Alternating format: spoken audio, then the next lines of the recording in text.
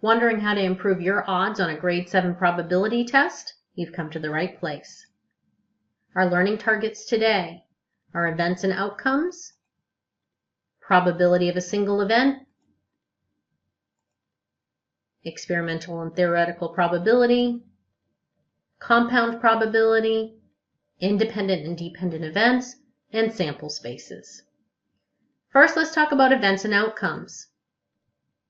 To have events and outcomes, you must first conduct an experiment. An experiment is something that is repeated and has a set of results. It could be flipping a coin and counting the number of times you flip heads and the number of times you flip tails. An event is all of the outcomes of the experiment, so recording the data from your experiment. If you flipped a coin 20 times, how many times did you flip heads and how many times did you flip tails? Outcome, all the possible results of an experiment. So from flipping a coin, the outcomes would be heads or tails. Here's a spinner. We call it a fair spinner because it has 6 equal sections. You're equally likely to land on any of the 6 colors when you spin the spinner. The experiment will be spinning the spinner. The event will be the color that results from spinning. So you would spin it an X number of times and record the number of times you spin on each color. There are 6 possible outcomes: red, green, yellow, blue, orange, and gray. Your turn. I'd like you to pause this video and answer these 3 questions on paper. When you are finished, hit play to check your answers.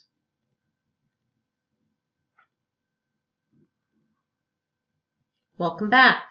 What is the experiment? The experiment was rolling the die.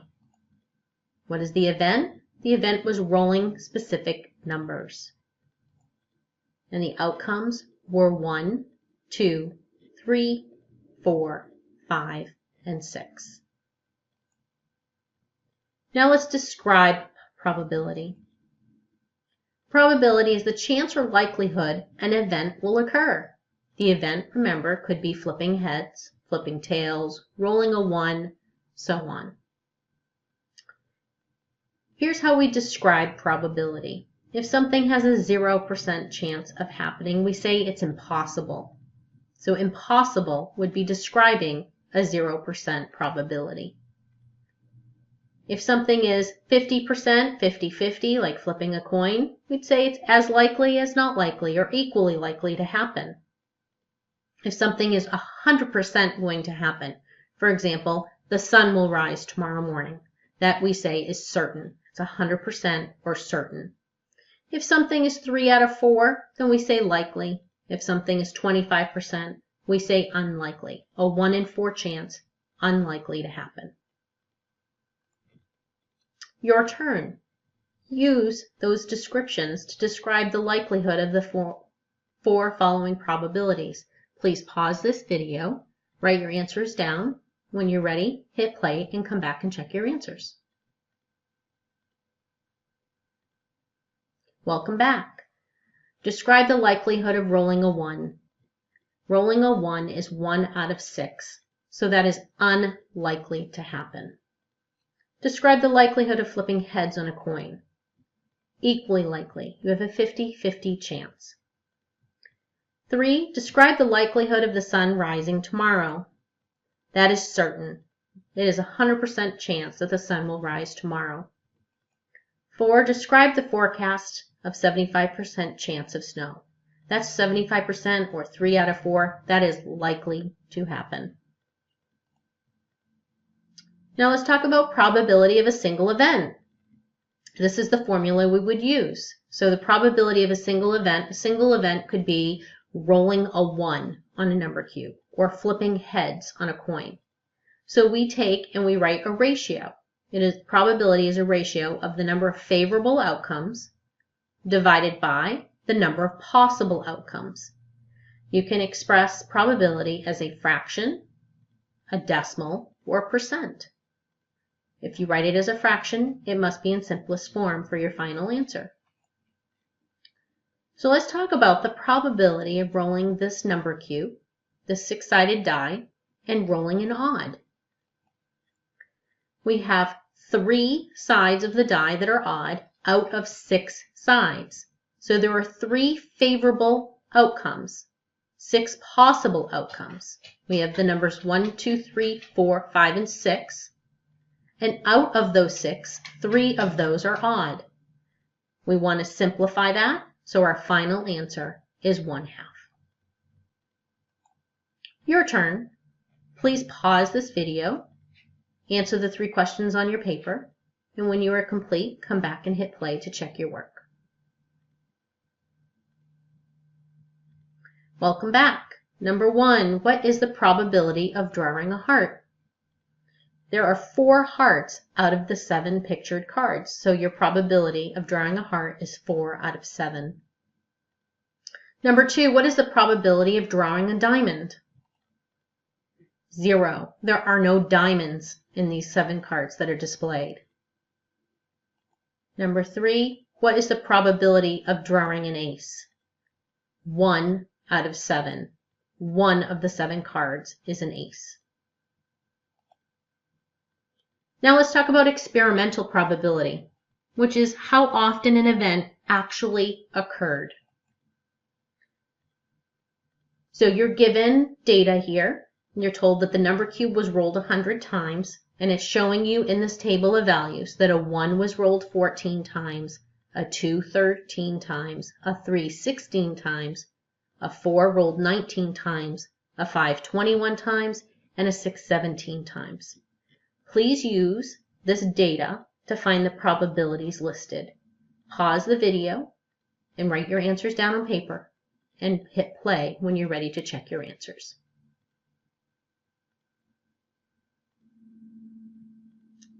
Welcome back. Number 1, what was the probability of rolling a 3? Rolling a 3 is 4 out of 25. You would have had 16 out of 100. Which simplifies to 4 out of 25. Number 2, what's the probability of rolling an even? You would have added 13 plus 19 plus 17. You would get 49. 49 out of 100 is in simplest form. And number 3, what's the probability of rolling a prime? Here you must know that 1 is not prime. The prime numbers are 2, 3, and 5. If you add up 13, 16, and 21, you will get 50. 50 out of 100 is 1/2.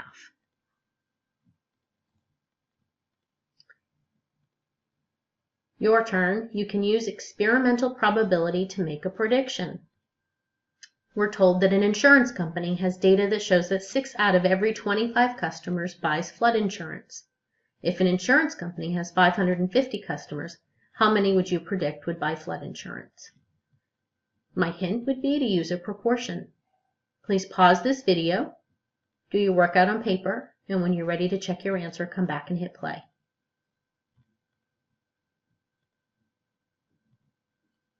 Welcome back. So 6 out of the 25 customers buy flood insurance. That would equal the unknown x out of 550. Cross product, 25 times x equals 6 times 550, which is 3,300. Divide both sides by 25, and you get 132. So an insurance company could predict that about 132 customers out of 550 would be buying flood insurance. Theoretical probability is what we would expect to happen in a fair world. So we have a spinner here. It's called a fair spinner because each section is equally sized.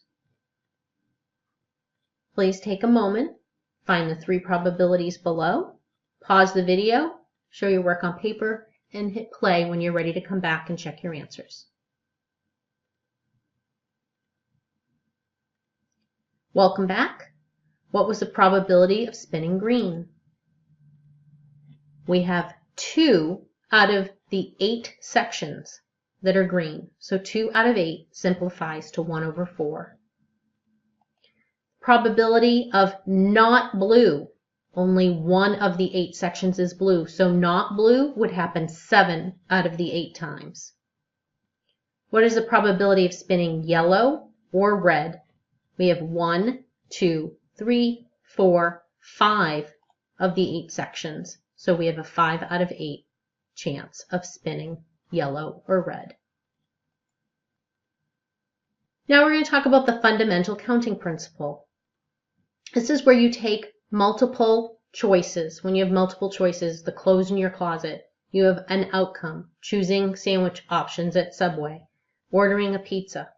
You take all the different outcomes of each part of your choice and you multiply them together, and that tells you the final number of combinations that you can create. So here's an example of a closet.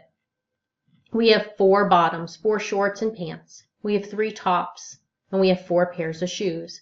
So to find out how many outfits he can create, we're going to use the fundamental counting principle. Multiply 4 bottoms by 3 shirts and 4 shoes, and that will tell us the possible outcomes of his outfits. So he would have a possible outcome of 48 different outfits. Your turn. Please look at the sandwich menu below. You have different breads to choose from, different meats to choose from, different condiments, and different cheeses. You must choose one from each and no more than one from each category. Please pause this video and find the possible number of outcomes. When you are ready, hit play to check your answer.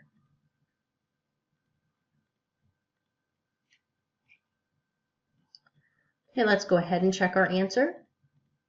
We have 3 types of bread, wrap, bulky, or wheat, 4 different choices of meats, 2 different condiments multiplied by 3 different cheeses, for a total of 72 different sandwiches that we can make. Compound probability is a probability of 2 or more events happening. You find the probability of the first event and multiply it by the probability of the second event.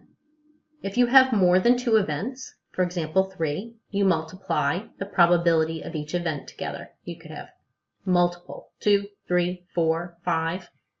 You multiply the different probabilities together. We need to pay attention when we're talking about compound probability and understand whether or not the events are independent of each other or dependent of each other. Independent events, the outcome of the first does not affect the second. For example, flipping a cube. Rolling a dice has 6 sides. The second event is rolling a die a second time. There's still 6 sides. Dependent events, the outcome of the first event does affect the outcome of the second. For example, if I come around the classroom with a bag of marbles and a student takes a marble out of the bag, that marble is no longer in the bag when the next student goes to pick a marble. So the second student is picking from a bag that has 1 less marble than the first student had. Let's talk about independent events first. What is the probability of rolling 2 number cubes and getting a 3 and a 5? Even if you roll these 2 number cubes at the same time, it's still 2 different events. They're 2 separate number cubes. They are independent of each other, and the roll of one does not affect the outcome of the roll of the second. So first we talk about rolling a 3. There's 1 in 6 chance of rolling a 3. That's the first event, multiplied by the second event of rolling a 5. Still 1 out of 6 chance. We multiply these 2 probabilities together and get an outcome of 1 out of 36. So you have a 1 in 36 chance of rolling a 3 on one number cube and rolling a 5 on the second number cube. Your turn. Using this idea, what is the probability of rolling a 4 on a die and flipping a head with a dime? 2 separate events. Event 1, rolling the number cube, multiplied by flipping a dime. That's the second event. Please pause this video And when you have your answer, hit play to check your answer.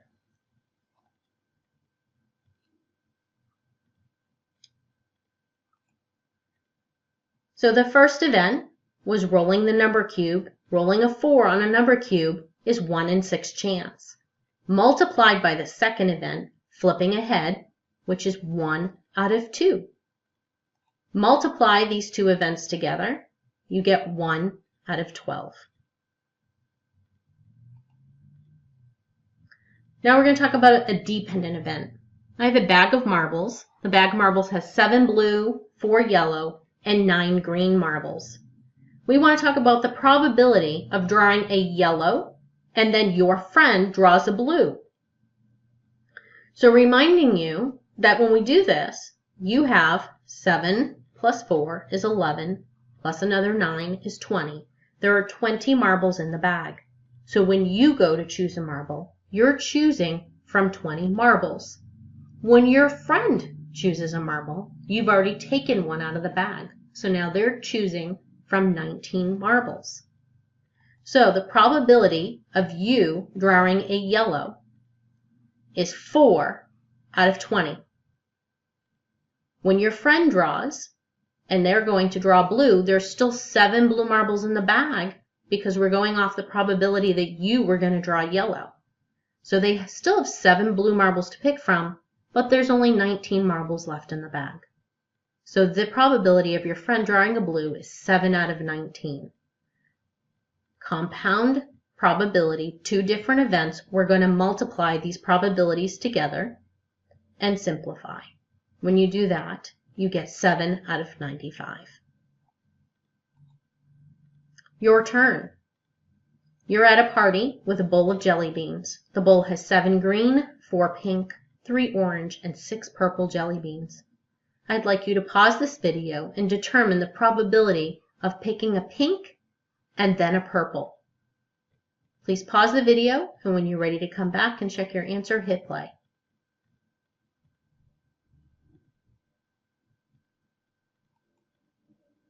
So, in order for you to first pick a pink, there are 4 pink jelly beans out of 7 plus 4 is 11, plus 3 is 14, plus 6 is 20. So there's 4 pink out of the 20 jelly beans in the jar. When you go to pick the second jelly bean, a purple one, there's only 19 jelly beans left in the jar because you've already taken a pink one out. But there's still 6 purple jelly beans in the bag, so you have a 6 out of 19 chance of drawing a purple jelly bean. Multiply the 2 events together and simplify for a result of a probability of 6 in 95 chance of picking a pink and a purple jelly bean. Let's talk about sample spaces. A sample space is a display of all possible outcomes, a table, a tree diagram, or an organized list. Here's an example of a tree diagram and then an organized list from flipping 2 coins. So our first toss of a coin results heads or tails. From then, if we flipped heads on our first toss, our second toss could result a heads or tail. And our first toss was a tail. Our second toss could be a heads or a tail, resulting in 4 different outcomes. Heads, heads, heads, tails, tails, heads, or tails, tails. Your turn. Please create a tree diagram and an organized list for flipping a quarter and rolling a number cube. Please pause this video and come back once you've drawn this on your paper to check your work.